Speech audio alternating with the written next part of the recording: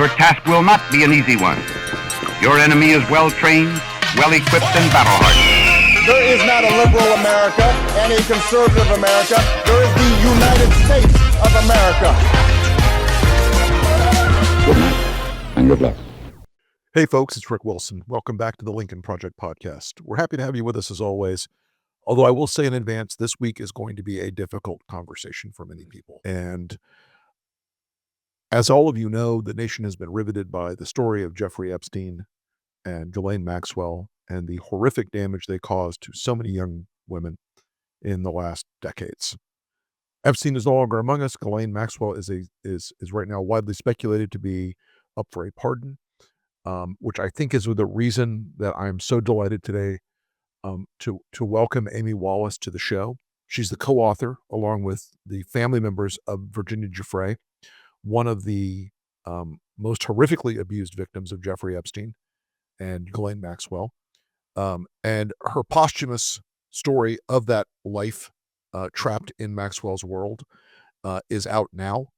It's Nobody's Girl. And I read through it last night, and I have to say, it is riveting. It is dark. It is tragic. And I'm thankful, Amy, that you're on the show today, because I don't know I can do it justice in the way that you've lived this story. So what I'd like to do is start with asking you to tell us the story of Nobody's Girl. Tell us the story of Virginia Giuffre's life, which is hard and tragic from the very start, with abuse from her father, and it goes on to a sadly shortened life at the hands of Donald Trump, Jeffrey Epstein, and other people who in various ways abused her. And finally, I want you to tell us the story of how she had the courage to start telling the truth about what had happened to her. So, Amy, thank you so much for coming on the show, and I'll let you kick it from there. Well, thank you so much for having me and for shining light on this important story. I wish Virginia was here to be speaking to you herself. As you note, she died in April at 41, way too young.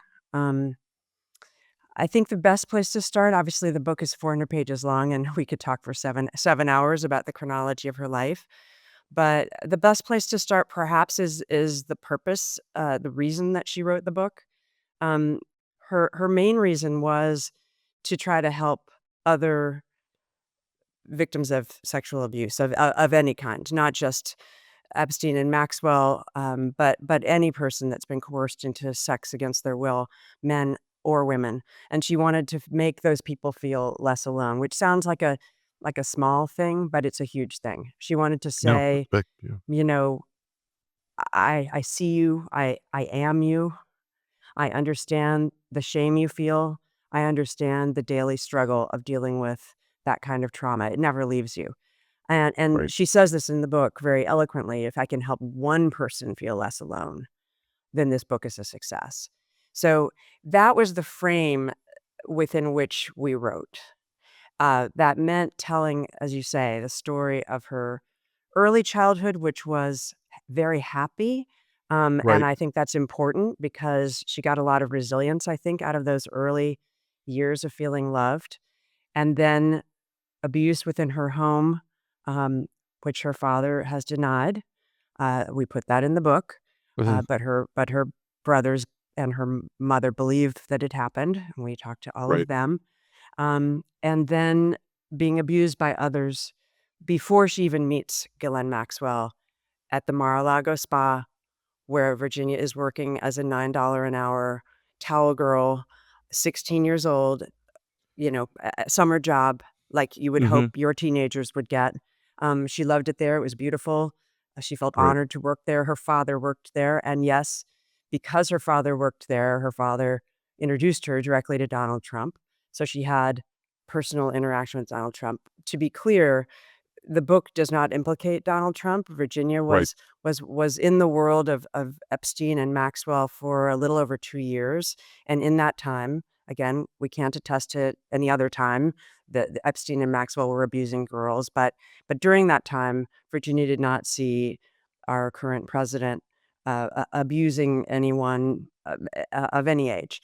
But it was important then, again, it's not just a catalog of horrors, this book. It is very tough to read at times, and we tried to use some devices within the book to help people get through that. Literally, Virginia turns to the reader at different times and says, "Look, Fourth I know wall this." break. Yeah, like, "Hello, I know this is so much. Believe me, I live with it every day. Please keep going." And not just, "Please keep going." Okay, so back to the horror reel. She's, "Please keep going, and let me show you where I am in my life now." You get a break. You get breaks throughout the book.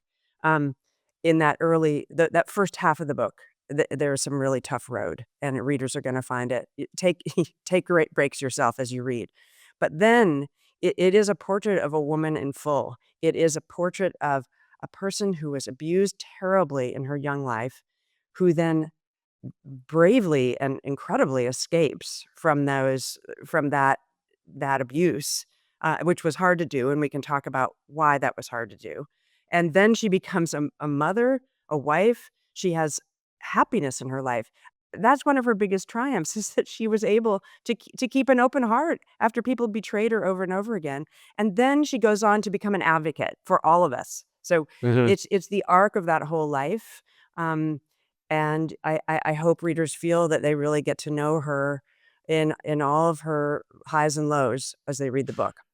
So, and I do think that is something about this that is truly inspiring, is that regardless of her untimely short end, she managed to move from a world that was incredibly dark and crazy.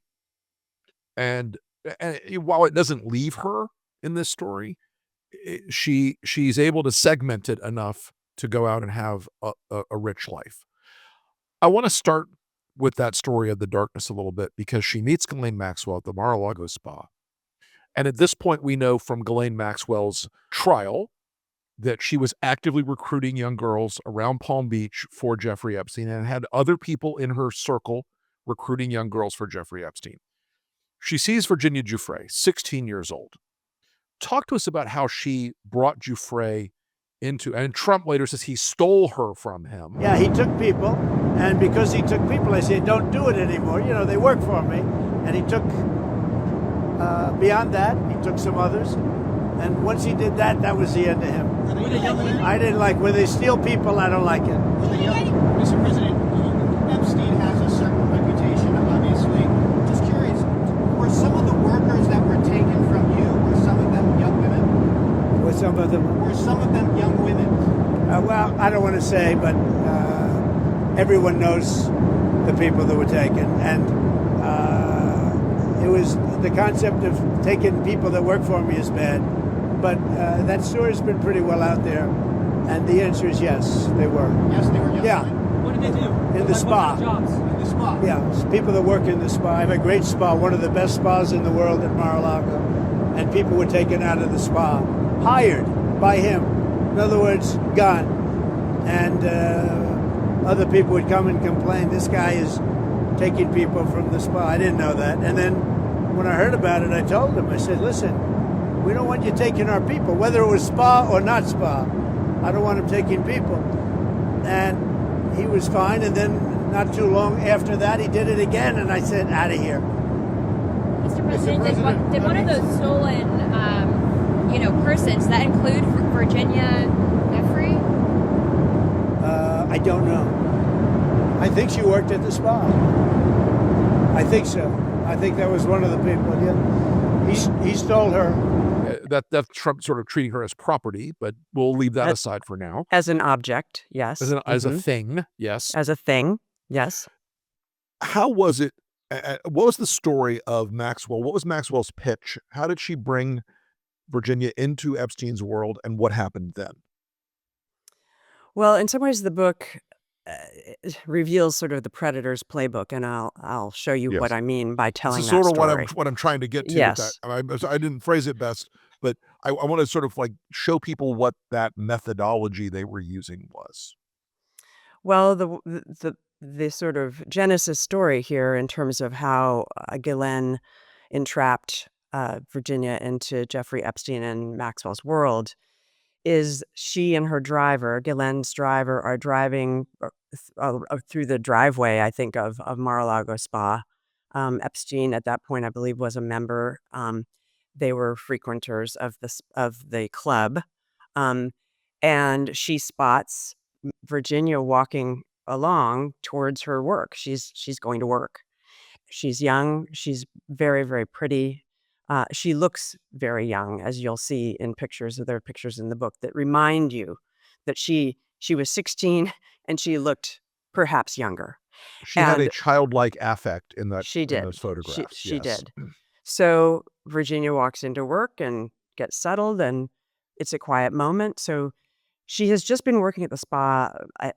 We're not exactly sure of the timing. Mar-a-Lago has not revealed the employment records, but Mhm. she's been working there a couple of weeks, and she's been very inspired by what she sees there because it's beautiful, it's Sure. gilded, it smells good. It's people come out of that place feeling good, and Virginia at 16, looking for what her life can be, even after so much abuse she's already suffered, thinks Mhm. maybe I could be a masseuse and work in a place like this. That would be amazing. So she has taken out of the library a book about anatomy. She's trying to start learning, but Uh-huh. she's never given or seen or received a massage in her life. And Glenn walks in. Glenn says to her driver, "Stop the car."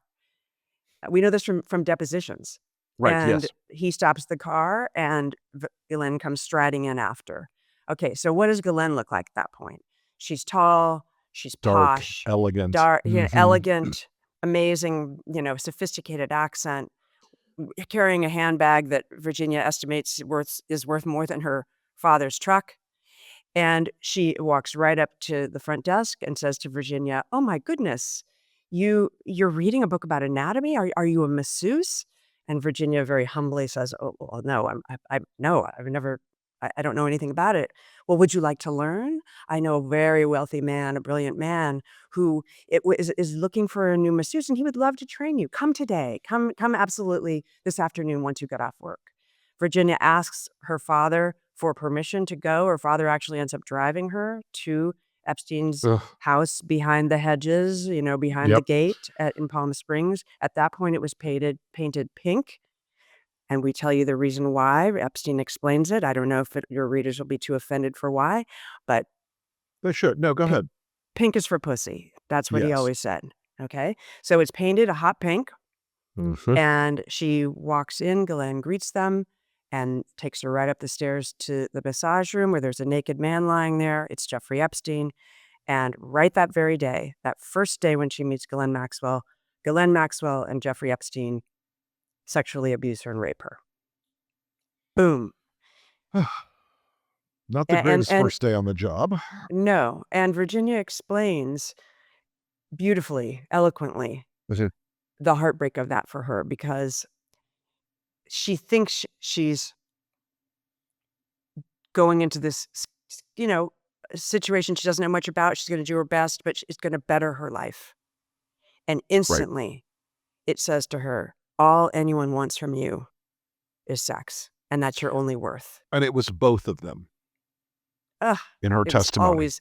it was not always both of them. I misspeak. But there has become this narrative about Ghislaine Maxwell. I don't know where it comes from, given that she's a convicted sex trafficker. Correct. Okay, she's convicted in a court of law. 4 brave women got up and talked about what she did to Mhm. them. Virginia was not one of them, I know. but Yep. she's convicted, and somehow over the past several months, it's become as if she was just this poor madam who just kept the date book and Right. wrote things down. And yes, she procured, but she was just caught up in this nasty She was web. one more victim of Jeffrey Epstein. One more No. victim. Oh, it's so terrible that the only person who's serving time is a woman. That's so unfair. Okay, this woman was a sexual predator herself. Yes, she was a She predator. she procured girls. We all know that, which is evil. And then she sexually abused them herself. She said, "Come over here right now and sexually service me." She hurt them during sex. Virginia describes a particularly ghastly moment where Ghislaine is mad at her for something. So she uses, sex toys to hurt Virginia sexually and damage that later Virginia dealt with that physical damage for the rest of her life. So this woman is A evil. monster. And She's a we haven't monster. even talked about the fact that she used her gender to lure these girls into the web. And none of these girls, no matter how desperate, would have followed a man in his 50s into his house because he said, "Would you give me a massage?" Right. But Never. they would, a posh woman with beautiful RP pronunciation, and a beautiful British accent, and all the signifiers of wealth and taste and style. Um, and Yes, they did. And you raise, I think, a very key point that underlies this entire story, which is class. sure. You know, she comes in, she's posh. Posh is Mhm. the British term for it. She's a wealthy woman. And Virginia is a poor girl. And most of the Virginia's a girls, girl from the wrong side of 95. that's right. Okay, And she's so from the were west meant side of 95. so were many of the girls. They were, in Yes. fact, they were chosen expressly because of that they would be more Mhm. desperate financially. Also, they Yep. had both Maxwell and Epstein, but particularly Maxwell, because she was the one out there standing in front of high schools trying to recruit. She had Mhm. a nose for who had already been hurt because those people, those young girls, were more susceptible to the manipulation, the psychological manipulation that we can talk about, that again is part of the predator's playbook, that that makes them easier to dominate, for lack of a better word. Ghislaine Maxwell approached me at the spa area. She was like this really bright Mary Poppins kind of a figure. And she said, "Oh, you're reading a book on massage therapy." And, we started talking. And she goes, "Oh, you know what? I know this guy. There's an opportunity, actually. If you want to become a real massage therapist, we can get you trained. You can come for the interview tonight. And if he likes you, then you'll be a real masseuse. And you'll get to see the world, and you'll get paid $200 per massage." And no alarm bells went off because it was this proper English lady who just looked so nice. Epstein's victims have talked about how they weren't sure who this guy was, but because Ghislaine seemed so proper, surely it's got to be legit. Her posh upbringing, her accent, gave this veneer of respectability. Coming from a woman, I think that was incredibly manipulative, and I think it was absolutely critical in Epstein's operation. My dad brought me over. He shakes hand with Ghislaine, who promises that she'll take good care of me and she will have someone drive me home. She led me up a staircase and we made a right into Jeffrey's room, and Jeffrey laying naked on the massage table. Jeffrey lifts his head up, looks at Ghislaine. Ghislaine looks at him, and I call it the Cheshire cat grin because his face just went like this, and it was like a nod of approval. Ghislaine got me quickly into here's the lotions, here's the oils, we're gonna each take half of his body so you can follow my instructions. It just looked like a legitimate massage. Then they also started asking me questions about my life. I really, really wanted this job, so I opened up to them. I said, "Look, this is an opportunity of a lifetime for me. I've been on the streets, I've been abused, and that's the worst thing that I could have done, because I just let them know that I'm vulnerable and I'm their perfect type." I think Virginia's story here, that the exemplar of what happened to her really is something that I think it's a very valuable lesson in this book for other people, to watch for that pattern of behavior from abusers, to watch for that pattern of behavior from these kind of predators, because she was her unique self, but in many ways she was a profile that they had in their heads on how to get to a girl like her, on Absolutely. how to manipulate a girl like her. And Virginia was one of many, many girls in Palm Beach. I mean, the Julie Brown's reporting on this, and the reporting on the case, only 4 may have come out to testify, but there were dozens and dozens of young women who were caught up in this Epstein Maxwell abuse trafficking Oh, web. I think there were probably thousands of Yeah. women. But in the Palm Beach investigation, that initial bungled, ridiculous investigation of Epstein, where he's given a sweetheart deal, where, remember, Right. he is incarcerated, and I'll put that in quotes, but he is allowed to Right. leave during the day, go to an office Mhm. that he set Yeah. up, and abuse With a young massage girls. table. Yes, with a massage table. Um, that early investigation, the case files are public and anyone can read them. It's girl after girl after girl. I Yep. think they found 38 girls, some of whom, all teenagers, all of them, and many of them uh, from, as you say, the wrong side of the tracks. Yeah. But the question that keeps coming up among reasonable people, and I've heard it 100 times in the past week, well, if it was so terrible, why didn't they just leave? Why did they go back? Why did these girls go back? Why didn't Virginia just walk out of the front door of the Manhattan townhouse and just wander into Manhattan and escape? There are several answers to that, but I think they're important to understand. One, they were threatened by Epstein and Maxwell that if they spoke out, they would be hurt or worse. Virginia specifically describes early on in knowing them that Epstein calls her into his office and he throws a picture on the table, a grainy photograph of her younger brother, Sky, who people will probably know who that is because he and his wife, Amanda, have been out talking about Yep. Virginia's done a lot of- legacy and the Mhm. book all for the Mhm. past several weeks. They're amazing people. So he's in middle school, and and Epstein says, "We know where he goes to school. Here's a picture of him with his little backpack on. You ever turn on us, we hurt him." Okay, so threat, obvious. Yeah. But beyond that, there was this sickening psychic, mental jujitsu, again, that predators use Right. on their victims. And they say, yes, while degrading them sexually, psychologically, physically, Right. they are also saying, we see something in you. You're special.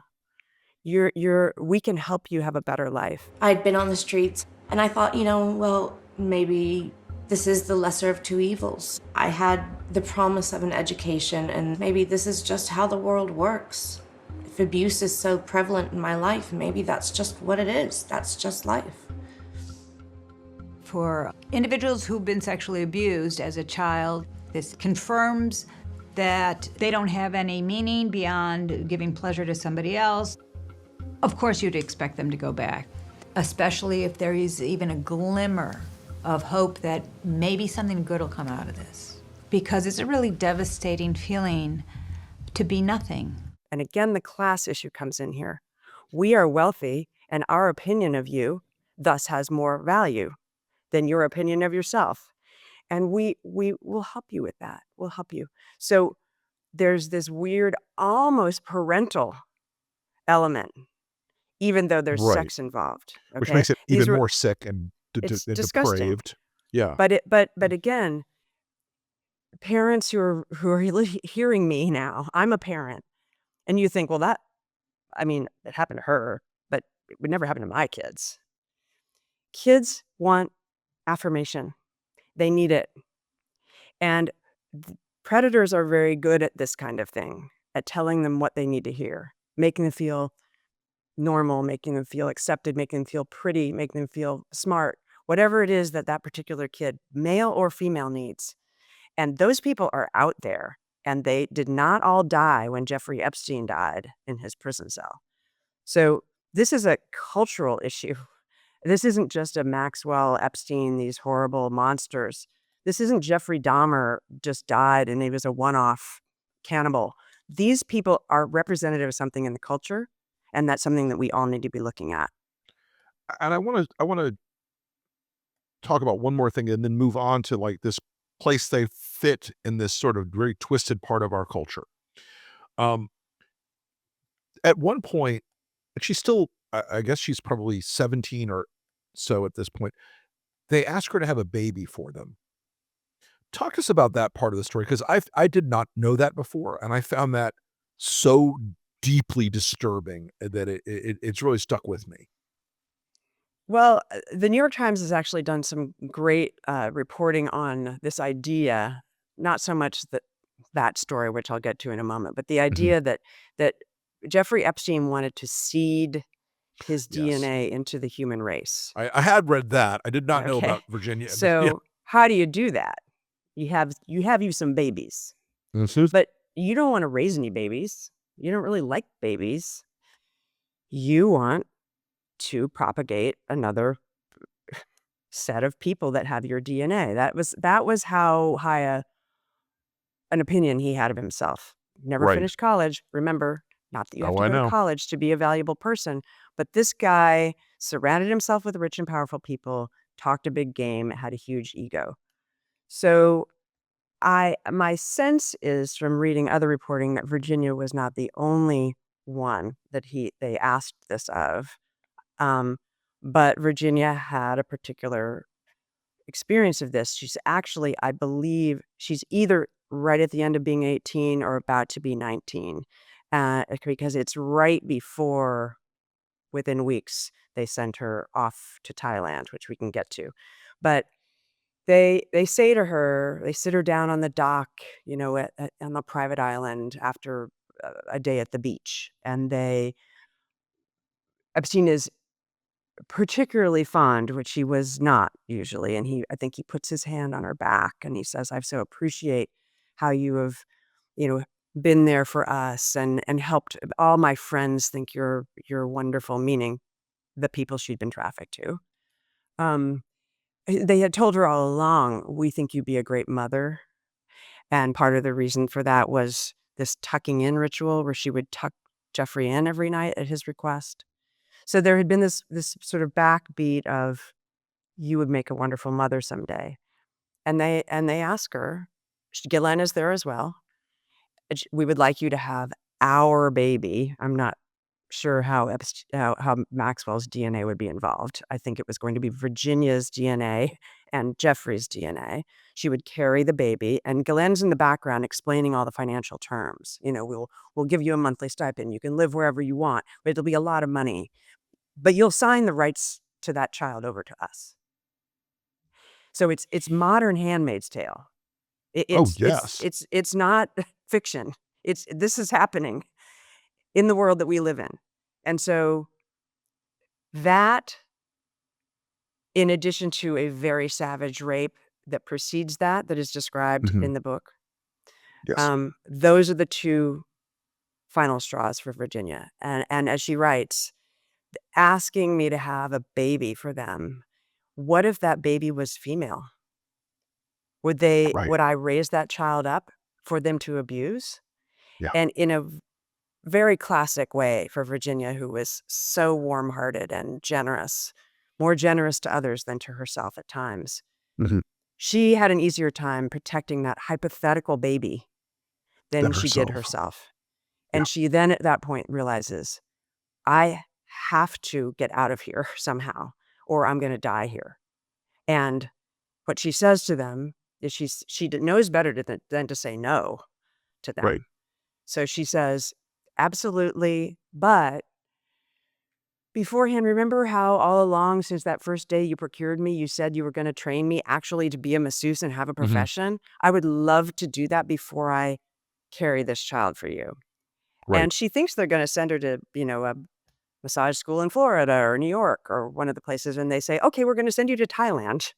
Um, there's a massage school there. It's actually has a very good reputation. I've looked Right. into it. It's a real massage school. Okay. But they also have a girl that they want her to procure in Thailand for them. Okay. That's why they're sending her to Thailand. Ah, And she gets to Thailand. She's alone, and she starts going to the school, and she meets uh, the man that she will ultimately marry. He's Australian, mhm. and she confides in him very early on in their relationship what's happening and how she's afraid. She thinks she's gonna die in this horrible system that she's been absorbed into, and he says, "You don't have to live like that. Come back to Australia with me." And that's how she gets out. So she was trafficked repeatedly to a number of high-powered individuals, raped repeatedly on the plane, on the island, in Palm Beach. In Santa F in New Right, and at Mexico. the yes. So, I wanna ask this question. As this is happening to her, is she starting to understand that there is a global network of these people that Epstein is somehow either connected to or empowering or or engaged with, is she sophisticated enough to understand this is the prime minister of X? This is, I mean, she saying Prince Andrew is one thing, but a lot of these other people were very influential, very powerful folks. Um, did she start to did that combination of like awareness and fear rise as this was happening? And how does she talk herself through that risk that she must be feeling at that point? Well, this is an interesting area. There were some men who were in the houses all the time. So she knew who they were. She knew their names. Um, not only was she trafficked to them within those houses, but then she was also sitting on couches near them, and they were often the girls were sort of this adornment, this garnish that would be sitting on, while the men gathered. They would just be sitting there for their amusement, to look at them. So there are men that she absolutely knew to speak to. She knew their names. But for her, and I know for others who were trapped in that world, there were other situations where you were not politely introduced to the man that you were going to service by force. You were sent into a darkened massage room, and there's a naked man in there, and you're just supposed to service him. And you don't know who that is. So Is it how did her lawyers painstakingly figure out who she was trafficked to, other than the men she absolutely knew? right? And that process is pretty meticulous and admirable on their part. They created different buckets of photographs. Well-known men that you and I would just recognize as, oh, I know that Sure. guy. Well-known men who were in Epstein's orbit during the time that Virginia was there. Mhm. People who were in Epstein's orbit when she was not there, after she was long gone. And so Sure. if she picked those people, she was clearly in error. There's no way she could have known them. They put all these photographs down on the table. They mix them up. They told me she never made a mistake. She never picked from the wrong bucket. Right. So, and what she always said to me, there has been carping about her memory. And again, this is the classic playbook of people who try to denigrate accusers. They She were didn't remember the high. color of his shoes, therefore she's lying Yes. about everything. She's a slut and a liar. Well, She's slut and a trying to nut, get right. paid. And how could she have remembered? And she acknowledges, that sometimes she took Xanax to try to endure this. So there's no way she could remember. She acknowledges all those things in the book. But what she always said to me was, I may not remember exact dates, times, days of the week, but when there is a man on top of you, raping you, and his face is 6 inches from your own, you remember that face. Yeah. So as she goes to Thailand, she meets the man that she will eventually marry. Tell us about the separation from the Maxwell Epstein axis that happened. How does she broach that with them? Tell us that story, because I think it's this is where she has to start showing a level of strength and overcome the intimidation of these people, even if it's 5,000 miles away. Yeah. Well, she meets the man she will marry. They actually get married in Thailand, although they have to get married again in Australia when they finally get there, to make it official. And they get married in Thailand, and her husband says, I think it's important for us, but most importantly for you, that you call them and you tell them it's over Right. for your psychic wellness. Sure. So she calls and reaches Jeffrey. Okay. And she says, I've fallen in love. I've gotten married. I'm never coming back. And he says, have a nice life. And he hangs up. So then begins, and this is where, for readers who are like, oh gosh, can I get through this book? This is where the book takes a sort of amazingly beautiful turn, where she gets to Australia. She's still carrying all of the trauma, and that's going to haunt her for the rest of her life. And she writes about that. But she's absorbed into her husband's family. He's from an Italian family. They're very warm and like to feed you, and they're full of love. Each of his parents uh, parent her in different ways. They teach her how to load a dishwasher. They teach her how to make coffee. She doesn't know how to do anything really. Right. She's been in a dream world basically, or a Or nightmare world. a nightmare world. Right. Um, and she slowly starts to try to heal. Um, and she's been told, this is explained in the book, that she will probably never be able to have kids, in part because of some of the damage that was done to her sexually. Um, but she gets pregnant, and they end up having 2 boys back to back. Um, and it's this unbelievably happy time for her. And then finally they have a 3rd child, and that child is a daughter. And that is a key moment for her because she realizes, "Oh, I now have a f a girl, and that girl's gonna grow up to be a teenager, and that girl's gonna grow up to be a woman, and she's gonna move out into this world of ours, and this world is screwed up towards women." It fetishizes teens or younger as, "Look at a fashion magazine. That's the body everybody's supposed to have. It looks like a teenager." Um, th but beyond that sort of cultural overlay, there are evil people out there who could hurt my daughter, and I need to do something about it. I need to stand up. So she's had this idyllic several years where she has a different last name. She's in a far off country. Epstein and Glenn are leaving her alone. She's hoping they don't even really know where she is, although they track her down later. But at that point, she's like trying to rebuild a life. She's still waking up in the middle of the night with night sweats, like with the images of these men raping her in her mind.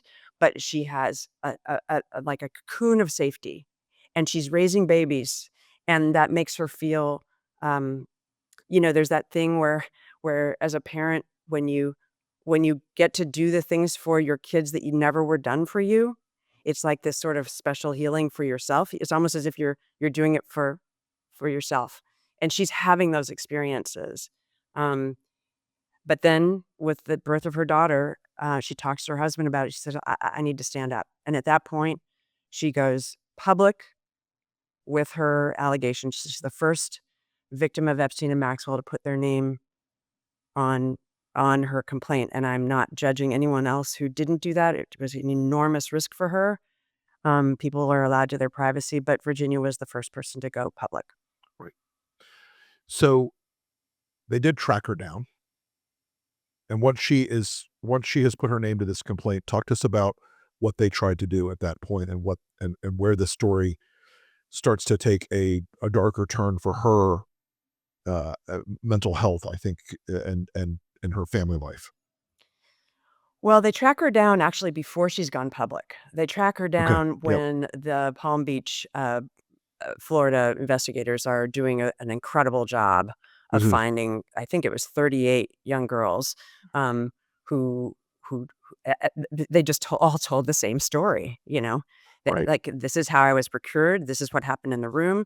This is what he did then. This is what she did then." I mean, the echoes, and you can read those files. They're easy to Yes, find. they So are. so they call her at this point because they know that she knows a lot, Mhm. because she wasn't just a 1 or 2 visit person to the Palm Beach house, Right. which many She of these lived with girls them. were. She lived with them. She traveled to Morocco. She traveled to Paris. She traveled alone with Epstein sometimes. She went to the Next conference in Carmel with him. She was in a lot of places with them and saw who they hung out with. So she's a particular danger to them.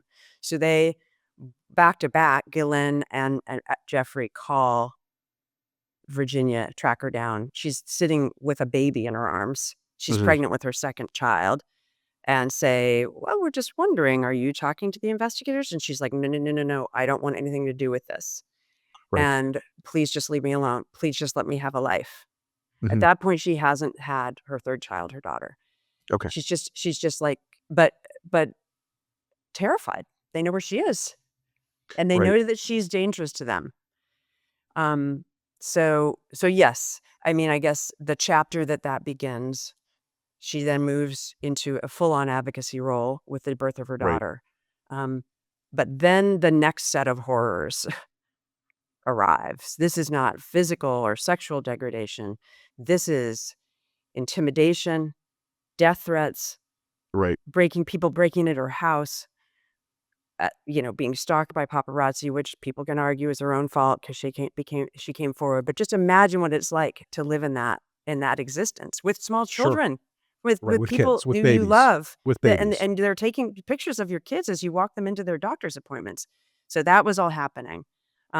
Men who she had named in public depositions that have now become public. There are many of them. I've read them all. Right. Names are there. And Yes. some of those people have been in touch, of course, and Of said course. with her and said, in essence, take our names out of your mouth Right. or else. So, And a couple of them who and have backgrounds that were where you could readily believe they would have the capacity to deliver on the or else. yes, in two ways. One, Yes. murdering her. Yes. Killing her. Two, and that I'm not exaggerating. No, I'm not either. I There's, know one of the. I think I know think who you one of the know, people is, and that person could deliver yes, very bad business very bad business, and he'd do it in 5 minutes. in a So heartbeat. there's that, and then there's also, we will keep you in depositions and courtrooms for the rest of your life. We don't care if we have an actual case. They didn't say Right. all this. This is me opining, but Sure. we have the means to drag you through the worst A things that ever lifetime of happened to you. lawfare. Oh yeah, a Mhm. lifetime, and also that will involve, we want your medical records, we want your you get into you tangle with us, we will be asking you about everything that's ever happened to you in your life over and over Yep. and over and over again. And there's a scene in the book where her husband says to her, soldiers go off to war and they come back and they are carrying PTSD, but at least they're done with the battle. And then they can hopefully try to Right. begin to heal. You never get off the battlefield. So how are you supposed to ever heal? And I think that's not just Virginia's experience. That's been the experience of every survivor of Jeffrey Epstein and Maxwell, and arguably a lot of other survivors of sexual abuse, Sure. is that this is how they are worn down and treated. And I wrote an op-ed in the New York Times, I guess it's been a week ago, talking about this very thing. That's something we need to look at. Why are we Yeah. putting so much emphasis on and putting it always on the women or the young men, whoever it is, who are alleging? Yes, they should come forward. Yes, people are innocent until proven guilty. But why don't we ever aim our spotlight and our relentlessness at the people accused? And I think that really speaks to a lot of the scandal of this cover-up of the Epstein materials that the federal government has, because we are going to see a transition very soon now to a lot of the people that are defending this president. They're going to say, "Oh, these girls are all crazy sluts. They're all grifters. They're all trying to make money off this. They're all trying to cash in on this." And Virginia's story is richly told in this book, but there are so many other victims who are telling their own uniquely painful tales of this abuse by these two monsters. And I think it, I mean, I'm so glad that you guys have written this book, because it is a very human story. It is a very real personal story. I And want it's to, not, it's also not a rare story. sadly, it is not. Sadly not. Sadly not. I want to come to the next phase of this, because this was a trauma Virginia carried until the end of her life. Talk to us about the sort of final phase, why the family had to leave Colorado or leave Australia, the incident in Colorado, and her eventual taking of her own life, because that is the tragic coda to this entire story. Okay, I'm going to launch into that, but first I'm going to just say the Epstein files. Donald Trump campaigned Oh, on yes, the he did. plank that he Mhm. was going to release them. The list of clients that went to the island has not been made public. Yeah, it's very interesting, isn't it? Probably will be, by the way. Probably. So if you're able to, you'll be. Yeah, I'd certainly take a look at it. Now, Kennedy's interesting because it's so many years ago. They do that for danger too, because, endangers certain people, et cetera, et cetera. So Kennedy is very different from the Epstein thing. But yeah, I'd be inclined to do the Epstein. I'd have no problem with it. So let's just keep that in mind. I don't know what the about face has been about, but he campaigned on it. I was with Virginia in Australia in October, right before the presidential election, and she was validated by that because she and all the other brave victims had been trashed and called liars for 15, 20 years. And finally, this former president who's running for president again is saying, enough with that. Open the files up. That was the right thing to do.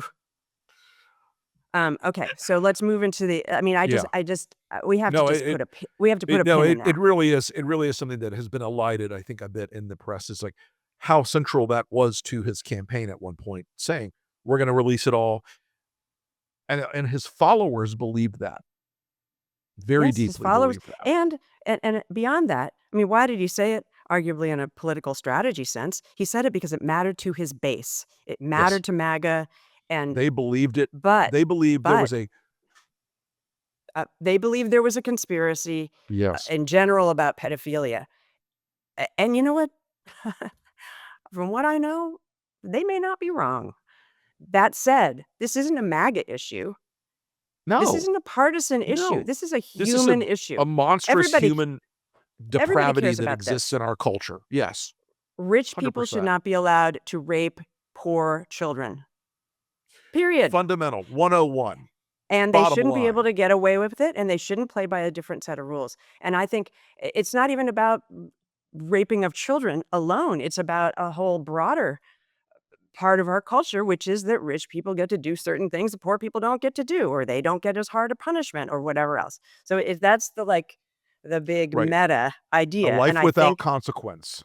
A life without consequence, entitlement, treating other people like trash because they don't have the power or the money, the privilege that you have. So that's where the anger and the demand is coming from, in my view. 100%. More than 100%. people caring about Virginia, who I loved, more than people caring about Epstein or Maxwell. It's this bigger idea. So that's, to me, it's like, that is the frame, everyone. Let's keep remembering that. And to a lot of MAGA folks that have been critical of people talking about the Epstein files, as I've said from the very beginning, I don't care who's in them. I don't care. If it's a Democrat, roll it out. If it's a Republican, roll it out. If it's a business leader, roll it out. If it's a member of the royal family, let it all come out. Absolutely. Because these people have gotten away with things that are truly monstrous for too long. Amen. Amen to that. Okay, so I'm going to try to take you through. Maybe the easiest way to do this is to talk chronologically in terms of my last 8 months or year, I guess. Okay. So we'd been working on the book for more than 3 years. Last October, we had a finished manuscript. All right. But a lot of I'd been with Virginia in person several times. I lived with the family twice for about a month in total, lived in their guest room. I'd been with her in different cities around the world whenever we could get together. And then there was a lot of Zoom, obviously. We were reporting, we were talking. But we had a finished manuscript, and I wanted to sit next to her and go over it one last time, word by word. This is going to be a big deal for her in amazing ways and in very hard ways, for this book to be published and for her to stand up behind it. And I wanted to make sure that she felt comfortable and was ready and knew that I'd be by her side every step of the way. So I went to Australia in October, as I've said, and we went over the entire book. And we fixed a couple of things. We added a scene or two that were new, but we basically, I would go off and rewrite, and then I'd come back and I'd read those parts to her. So by the end of that visit in October, she had approved the manuscript. She'd approved the title. I brought a picture of the proposed cover. She approved that. We were in the home stretch, and she approved it all. Now I will back up. Along the way in the reporting of the book, and we did a lot of reporting around Virginia, but she had told me that in 2015, when she was living with her family in Colorado, that there had been an incident where her husband had physically hurt her. She and later he and I discussed it as well, because I was in Australia and I got to know him fairly well. We discussed it, and they both portrayed it as just a terrible time in their lives. They were being hounded and chased by paparazzi. There were a lot of tensions. There was litigation going on. They had 3 small children, and they described it to me as, a very difficult time, and that they had worked hard to get past, and that they had 3 children. And Virginia said to me, "I don't want it in the book."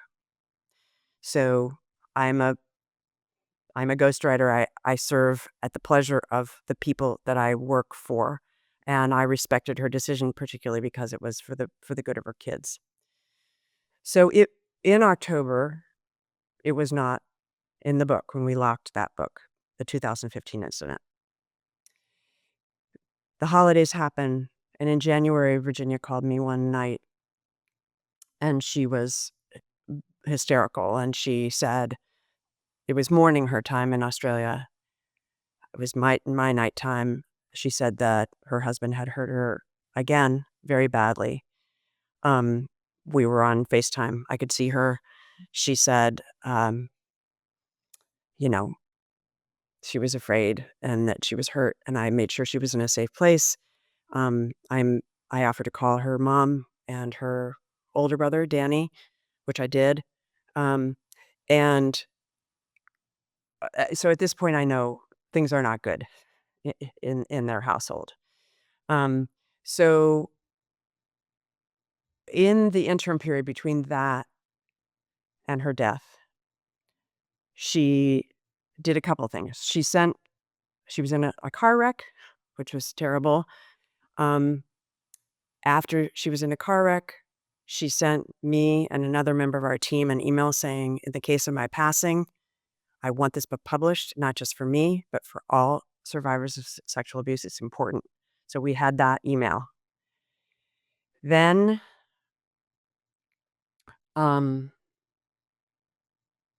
she made public in a statement to People magazine that she was a victim of domestic abuse. So at that point, her swearing me to secrecy on the 2015 incident Was no longer holds, because she's made it public. right. And then, tragically, she killed herself in late April. So as we prepared to publish the book, we had all the things you typically need. We had a locked manuscript approved by the author. We had, all the other title, cover, everything approved. But obviously, the world knew that she was no longer with us, sadly. Right.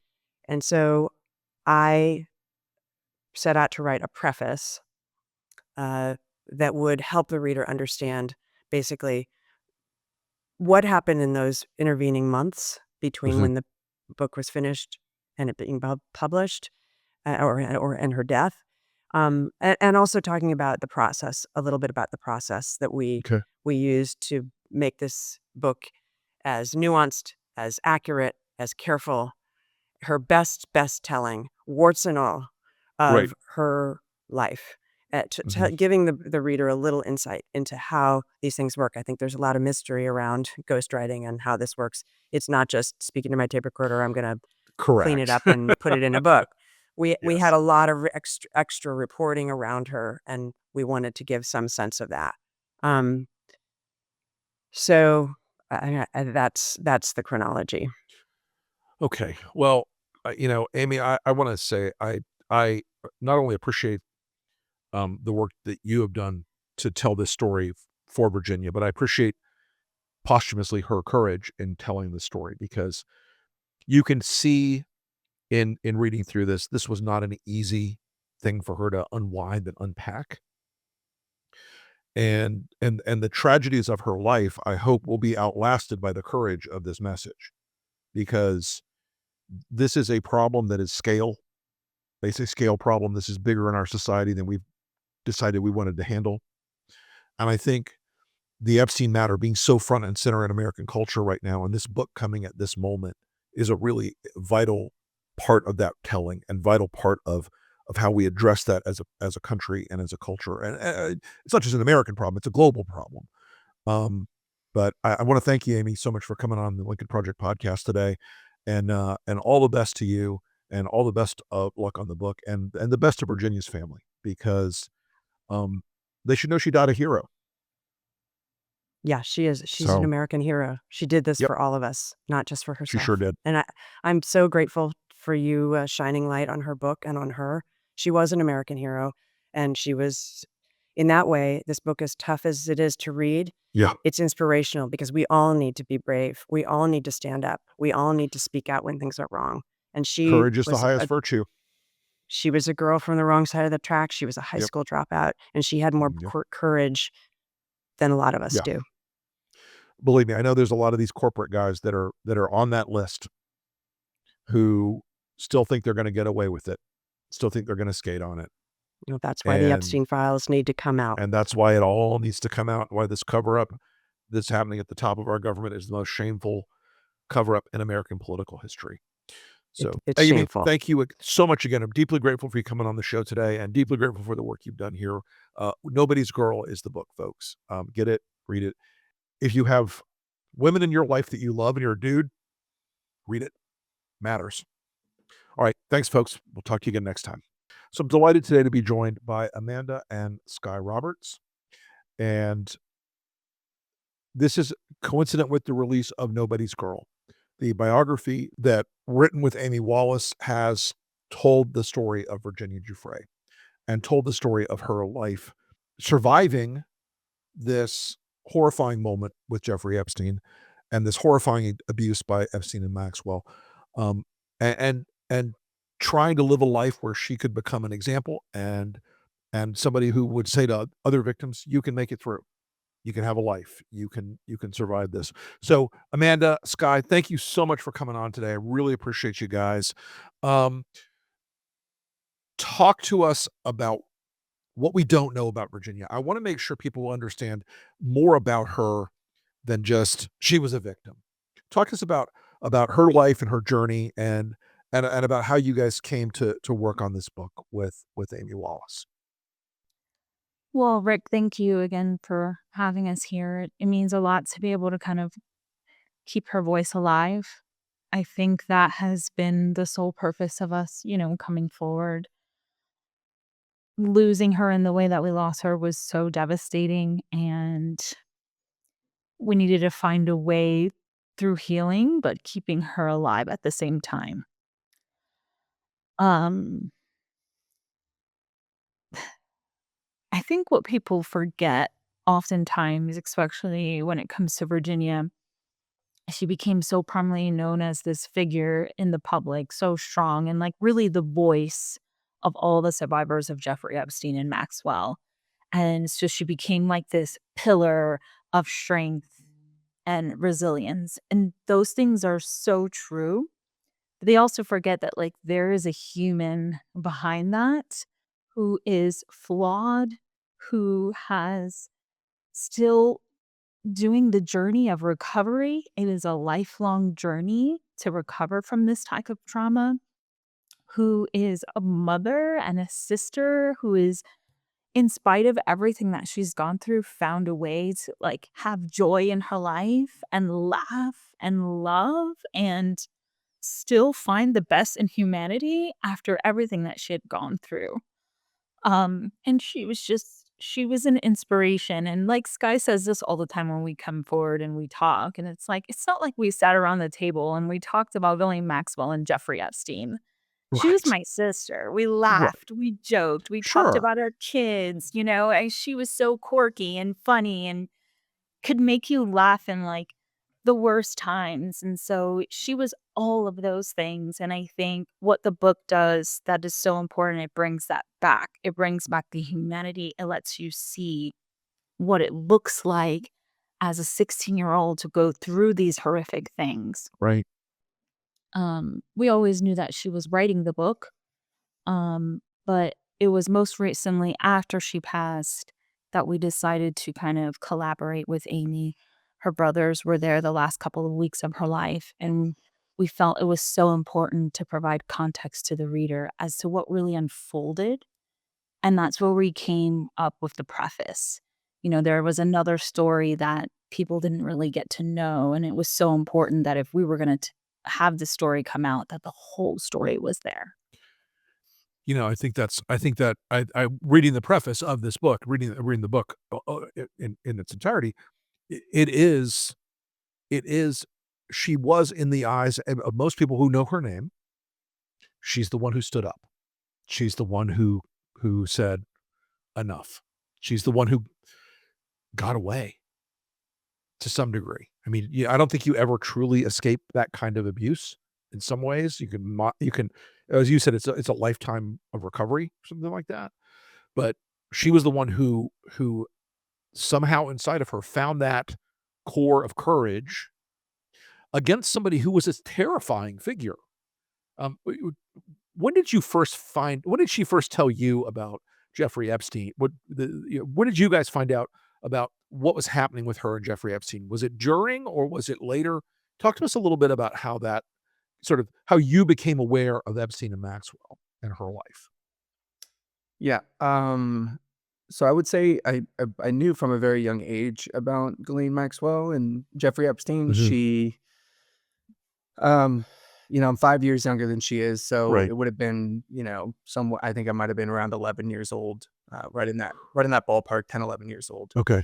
I had come to find out because, she had gotten a job at Mar-a-Lago as a locker room attendant. We all know that story, at least through the pages. Maxwell preyed upon her at Mar-a-Lago, and she became, she was really she wanted to become a masseuse. I mean, that was, it was kind of on her upbringing. She really wanted to become a masseuse, and she was reading a lot of books into that. And so, when I found out that she had gotten this job where she was traveling and traveling the world, getting to meet, famous people, I had looked at it as like, oh my God, like she's really doing it. We didn't really come from a lot growing up. We were Sure. pretty simple. I mean, our house, we had horses and chickens and goats. And she kind of replicated that later in her life as well, because we just had that passion for it. But Mhm. I was really young at that time when I had first found out. She would come home on occasion, and she'd bring like signatures. It'd be like, "Oh, I met this famous person," and that's really what I looked at it as, at least in my early years, was like, "Oh Mhm. my God, like she's doing this." Right. Come to find out, obviously years later, I think when we were having our daughters, when she really started to come forward, a lot more publicly. I remember having a conversation with her and her saying, "Hey, you're gonna probably see things. You're gonna probably see my face, and I want you to know, like." Uh, it's just hard. It's hard. She No, I should be get it. here. Take your time. Take your time. She would say, "You're gonna see me on these things, but I prefer you not to read them. Here's the general outline of what happened." She wanted to protect us in a lot of ways from it. Right. In the book, you'll read that Jeffrey Epstein had put a picture of me in front of her. I heard. Yes, I read that.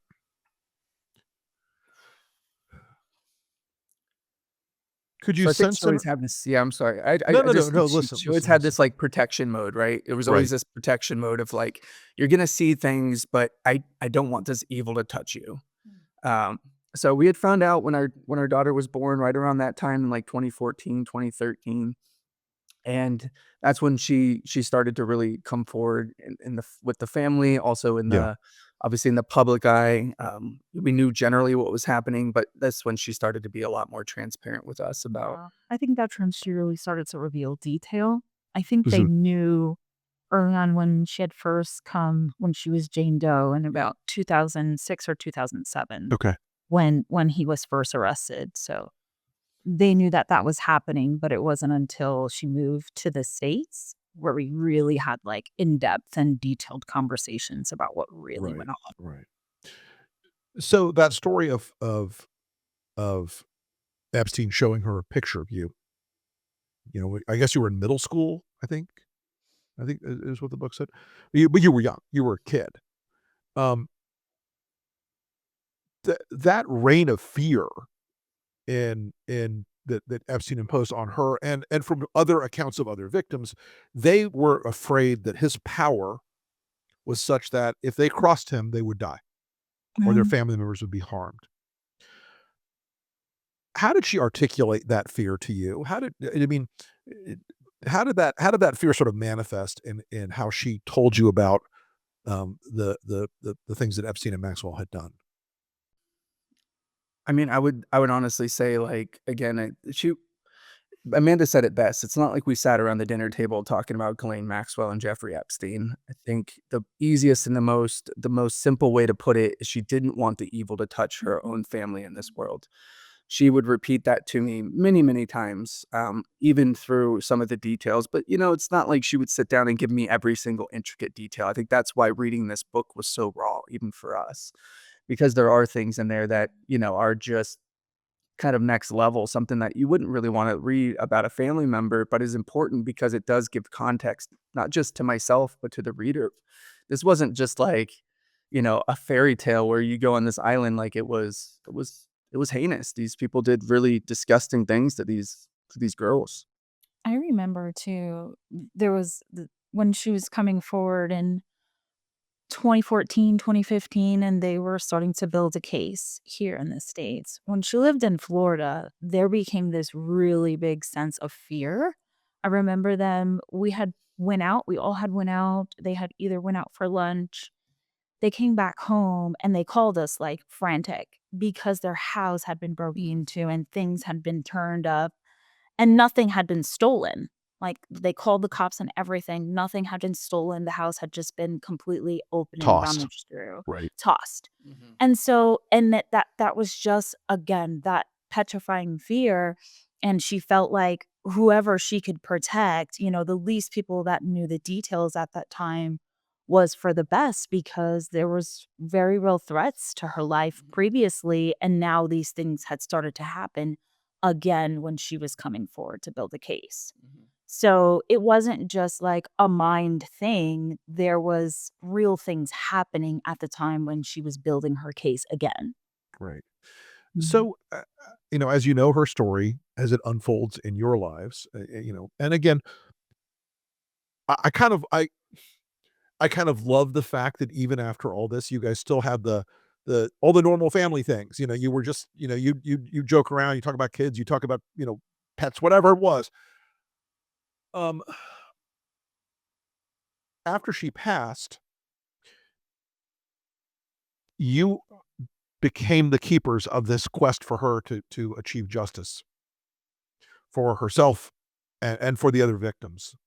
And in the work she was doing more broadly outside of the Epstein circle, for victims of sexual abuse and child sexual abuse. How did that feel for both of you as you sort of realized you had to pick up the torch? I mean, I would say for me, we felt this just grief right from the beginning. I think we So we were shocked about how things had unfolded. We went to Australia to try to bring my sister back because she was going through so many health issues at the Right. time. And so I think we were still in a lot of shock just from the beginning. But in some ways, I think we found healing through advocacy. I think something that was very important to us was to keep her voice alive in whatever capacity that we could. And my thought process behind it as well, just as her brother, was, she fought for me, growing up. She fought for so many people out there, daughters, sisters, mothers, other survivors. Right. And I think it was our time to come forward and fight for her. And I think that we feel this sense of urgency because it does give us strength. It gives us a lot of strength to talk to other survivors out there, because I see so much of my sister in them. I think that's really, really important in this conversation. I I do also, I've started to see more of the victims of Jeffrey Epstein and Ghislaine Maxwell standing up. I think they're following in her example. I think they're following in the path she broke here. But right now, I want to ask what your feelings are on the fact that there is a effort from the very top of this government to keep the secrets of Jeffrey Epstein and Ghislaine Maxwell's abuse of hundreds, and some argue thousands, of young girls and women behind closed doors, locked in a vault. This government is putting a tremendous amount of effort into covering up these matters, even though the victims are crying out for justice, crying out for the truth to be told. How do you look at this moment where you've got, from the president, the Department of Justice, the FBI, everybody on down, trying to cover up what Jeffrey Epstein and Ghislaine Maxwell did, not only to your sister, but to hundreds or thousands of other women? What a betrayal. What a betrayal of our justice system. What a betrayal to the survivors, and what a betrayal to the American people. This administration specifically, and this is why this is the issue. And in some ways, they kicked the hornet's nest and now they're shocked that the hornets are stinging them, right? They used their trauma and dangled it like a political toy for them to use, because it doesn't matter the aisle that you stand on, left or right or in between. This is an issue that everyone can agree on, and there is no gray area here. So in that sense, it's infuriating. Virginia would be infuriated that this is happening. But what I also see here is it's so painfully obvious, it's so corrupt, that the stones are being turned over and people are really seeing what's going on underneath. And this isn't just this administration. Okay, this is decades and decades. When this case came forward, so many people knew from the very beginning what he was doing, or if they weren't implicated, if they were in his circle, it was very clear what was going on. And so it's all of this is coming to the surface now. And so in a way, I have hope that so much corruption is being exposed that we are finally saying enough is enough. We need to do the right thing here. Look how clear this corruption is happening, and it's coming from the top and it's trickling all the way down. And it is our job to hold these people accountable because they are elected in these positions. Yeah, I mean, it's a disjustice to the American people, to us, to survivors. I know my sister would be screaming from a mountain right now. I think the survivors were very hopeful that this administration ran their campaign on the fact that they would release the documents. And it feels like they've completely turned 180 degrees the other way and said, oh, you know what? Nothing to look, nothing to see over here. And I sort of describe it, Rick, sometimes it's like, I'm like, did I take crazy pills? Like, seriously, am I like, Yeah. did I not like, is this real? It's the gaslighting that is beyond. Yeah, it's like a continuation of the same gaslighting and abuse that you see. It just makes, I'm sure for all the surviving victims, they look at this and go, I don't care. And frankly, I mean, speaking for myself, I don't care who's in it. If these powerful men are Republicans, Democrats, or Martians, I don't care. Roll it all out. Yeah. Tell the story. The only way that these women are going to find any kind of closure in this world is if this story is exposed and people are held to account. Yeah, no, 100%. And, like they have the documents, Rick. I mean, they have them. My sister gave the FBI a ton of documentation that she never received back. And so the fact is that these survivors gave them the material. They already have it in their possession. And you have to really ask yourself, why are they withholding that from the American people? And the public? She provided the FBI with documents directly regarding her time and the abuse she suffered while she was in the web of Maxwell and Epstein. I know this, and you know this if you read the book, but tell us, let's make sure those words are clear in this podcast for the American people, that Virginia turned over a lot of very incriminating material to the FBI concerning the abuse of Maxwell and Epstein. 100%. She turned over journal entries, diaries. She turned over photos, documents that she had never received back.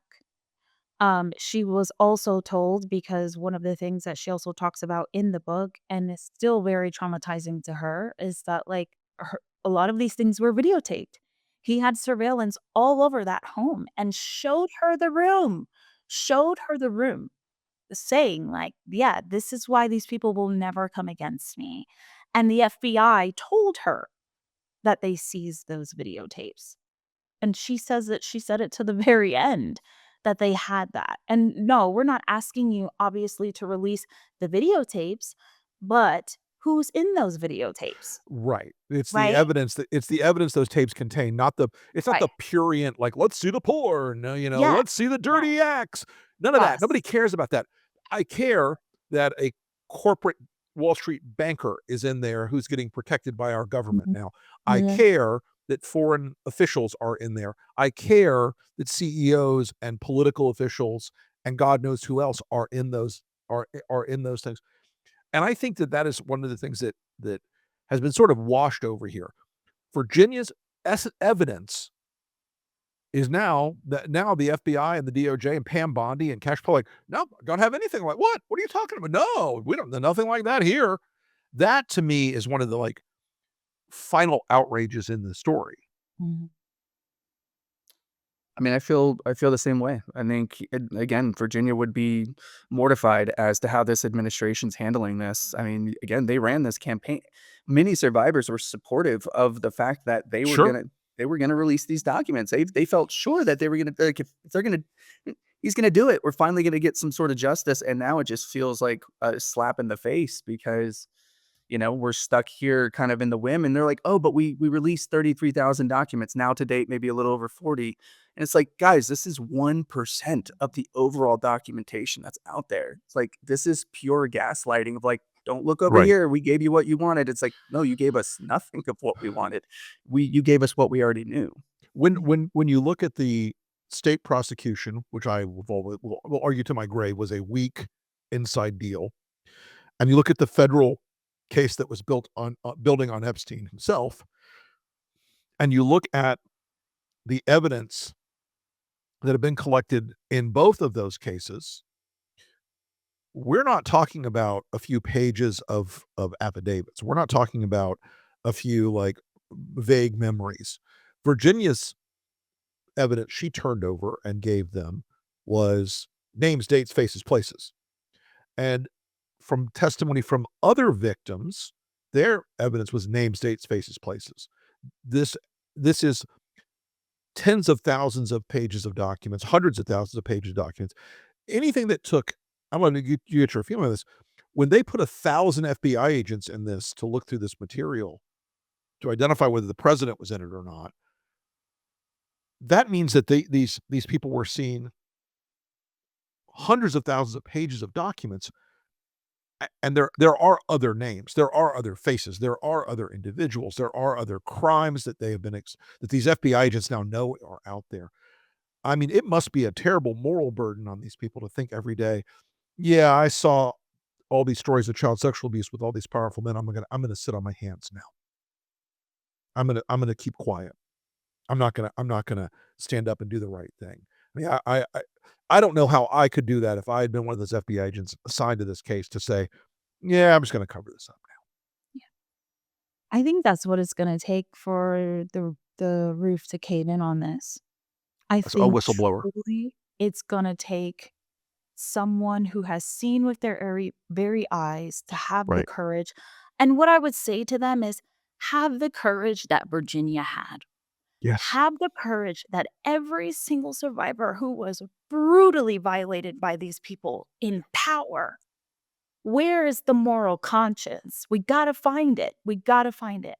Have that courage because despite everything, and I mean very real threats to her life, to her Sure. family's life, she still stood against that adversity and said, the truth has to be exposed because this isn't just about a one thing. This is about a system of abuse that has allowed this to go on That's right. over and over and That's over right. again. That's what I would say, and I do believe that that is what it's probably going to take. Yeah, I mean, I don't know how I can even remotely come close to what Amanda just said. I mean, I completely agree with her in the sense that it does take someone with courage to come forward. I mean, it shouldn't be the survivor's burden to carry, to release the names, to release, the information. I mean, it's such a heavy burden when it comes to safety. The fact that they could get sued into homelessness, it's a very dangerous position to be in. And so, you have documentation there, you have support from the survivors, even though they claim, oh, it's only about 20 of them, I think what Mike Johnson said. I'm just like, what is it going to take, Mike? Like, for real. Like, you have 20 of, One is enough, Mike. Yeah. it's enough, One man. is one too many. One Yeah. is one too many. Yes. Yeah. Thank you, man. That's perfectly said. And it's just infuriating, I think. Guys, before we wrap this up, I and this is a difficult interview, first off, and I very much appreciate both of you and everything you're doing in trying to make sure Virginia's story is told. What else should people think about and know about Virginia as a person and as an advocate before we go? I think we always smile when we say this because it's just, I think we're at a point in grief where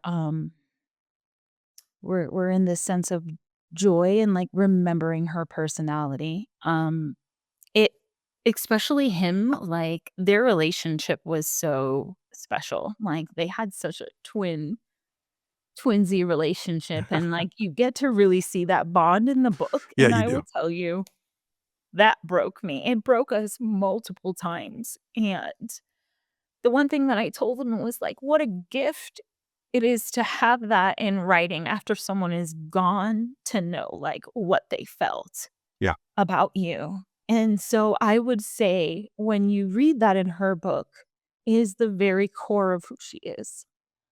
She is like the epitome of love and caring for someone else. And it's an honor. Like it's such an honor to like know her. Yeah. It is a beautiful remembrance. I was very moved by the book, it's interesting because I knew enough of her story, but she did come off as a person in full when you read this. The ups and the downs, and I think the work that you guys are doing, and your brother Danny as well, who's not with us today, but is also part of this telling the story, is so important. Hey, folks, before we leave, tell me about the butterfly pens.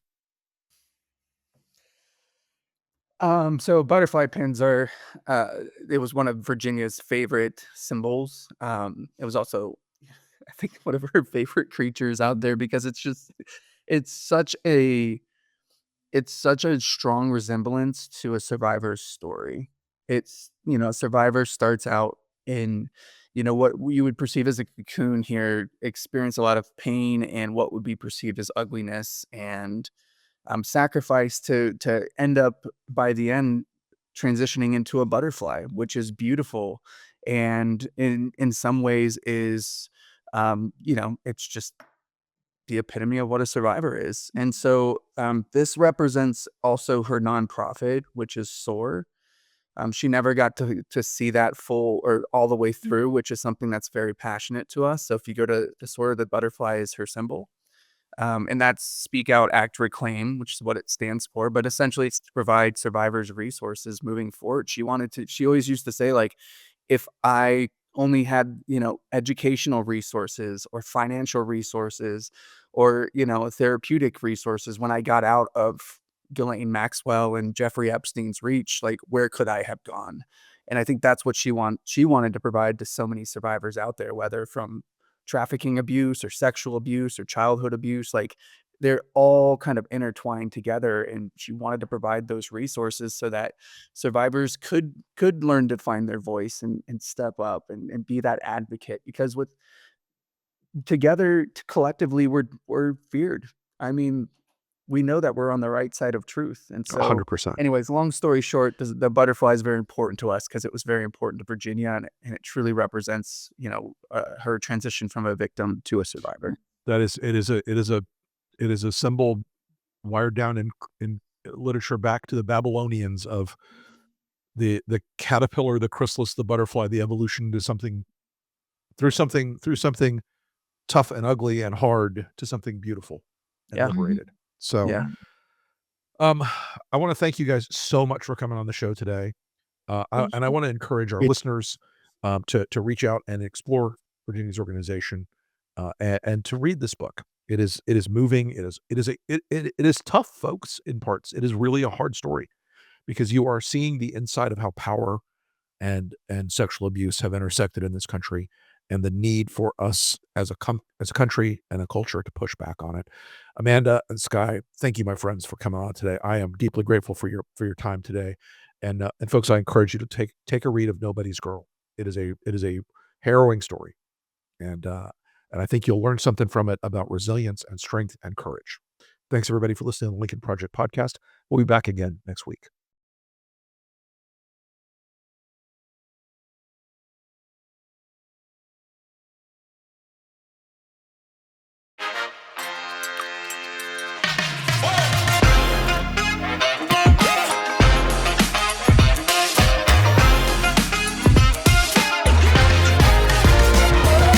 Good night and good luck.